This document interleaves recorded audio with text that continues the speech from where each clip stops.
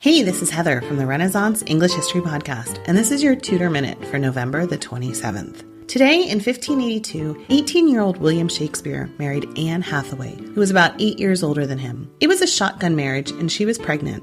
The marriage went ahead without the customary reading of the banns 3 times. This was when the intended marriage was announced several times, so that anyone who might know of a pre-contract or any other impediment to the marriage might have time to make it known. Since the banns were only read once, the family had to issue a bond for £40 to promise that there was nothing in the way of a legal marriage.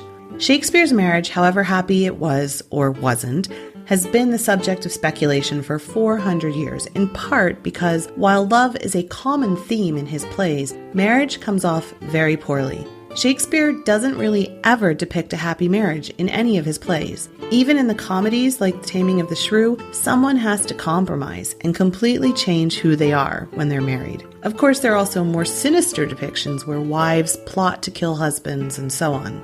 The fact that Shakespeare also left his wife only the second best bed in his will leads many to think that she was an afterthought. Others point out that the second best bed was generally the marriage bed, as the best bed was reserved for visitors. So again, there's great debate about this. We'll never know what the state of their marriage, one of the most discussed in 16th century, was. But either way, it started today. That's your Tudor Minute. Remember, you can dive deeper into life in 16th century England through the Renaissance English History Podcast at englandcast.com, where there is an entire series on Elizabethan theatre.